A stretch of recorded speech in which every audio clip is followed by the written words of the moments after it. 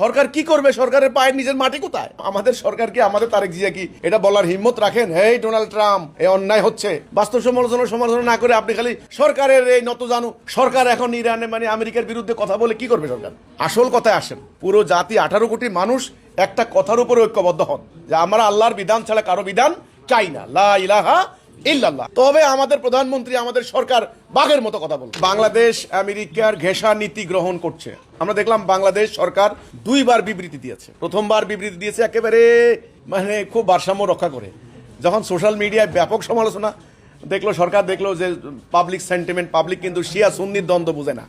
Public বুঝে, আমরা ধর্মপ্রাণ মুসলমান সাধারণ মানুষ বুঝে যে ইরান একটা রাষ্ট্রকে ধ্বংস করে দেওয়া হচ্ছে, এটা অমানবিক কার্যক্রম। এখানে শিয়া কি সুন্নি এটা আলেম ওলামাদের ব্যাপার, এটা আলেম ওলামারা এগুলা জানে, কেটা শিয়া কেটা সুন্নি। সাধারণ ধর্মপ্রাণ মানুষ কিন্তু এগুলা নিয়ে ওদের কোনো মাথা ব্যথা নেই।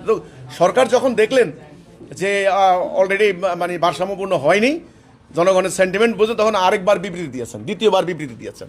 বিবৃতি দিয়ে সেগুলা একটু অ্যাডভান্স লেভেলে কথা বলেছে। বাংলাদেশ সরকারের পরিস্থিতি আপনারা বুঝতে হবে।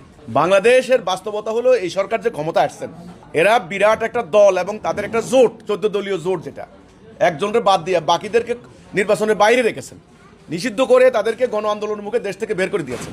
ওকে, ইন্টারনাল দেশের ভেতরে বিরোধী দল তারা কিন্তু সরকারের যে কোনো ত্রুটি, ভুল, কোনো প্রবলেম, কোথায় কি মিস্টেক, কোন জায়গায় পা পিছলায় পড়ে যায়, কোন জায়গায় কোন মন্ত্রী স্লিপ অফ টাং বলে ফেলেন, সাথে সাথে তার গলা চিপে ধরবে। তো এই ধরনের ইন্টারনাল ক্রাইসিস, অনৈক্য, হানাহানি, নিজেরা দুর্বল ছোট্ট একটা রাষ্ট্র, আমরা কি বলতে পারি? আমাদের সরকার কি, আমাদের তারেক জিয়া কি এটা বলার হিম্মত রাখেন? হেই ডোনাল্ড ট্রাম্প, এই অন্যায় হচ্ছে। আসলে সমালোচনা করতে হবে, বাস্তবসম্মত সমালোচনা। বাস্তব সমালোচনা না করে আপনি খালি সরকার এখন ইরানে আমেরিকার বিরুদ্ধে কথা বলে কি করবে সরকার? আসল কথায় আসেন। আসল কথাটা হলো, যদি পারেন তো পুরো জাতি 18 কোটি মানুষ একটা কথার উপর ঐক্যবদ্ধ হন যে আমরা আল্লাহর বিধান ছাড়া কারো বিধান চাই না, লা ইলাহা ইল্লাল্লাহ। আমাদের জাতি হবে একটা, হুকুম চলবে আল্লাহর, আমাদের সমগ্র সম্পদ, সমগ্র অ্যাসেট একটা নির্দিষ্ট দিকে পরিচালিত। তবে আমাদের প্রধানমন্ত্রী, আমাদের সরকার বাঘের মতো কথা বলবে।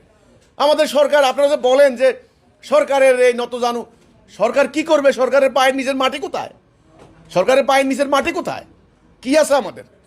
তো এই জন্যে সরকারের ভারসাম্য নীতি বা কূটনৈতিক যে পররাষ্ট্র নীতি, সেটা অনুসরণ করে সরকার কথা বলেছেন। কিন্তু এখানে আমাদের জনগণকে এখন তাওহীদের উপর ঐক্যবদ্ধ হতে হবে। আন্দাজে সমালোচনা করে কোনো লাভ নাই।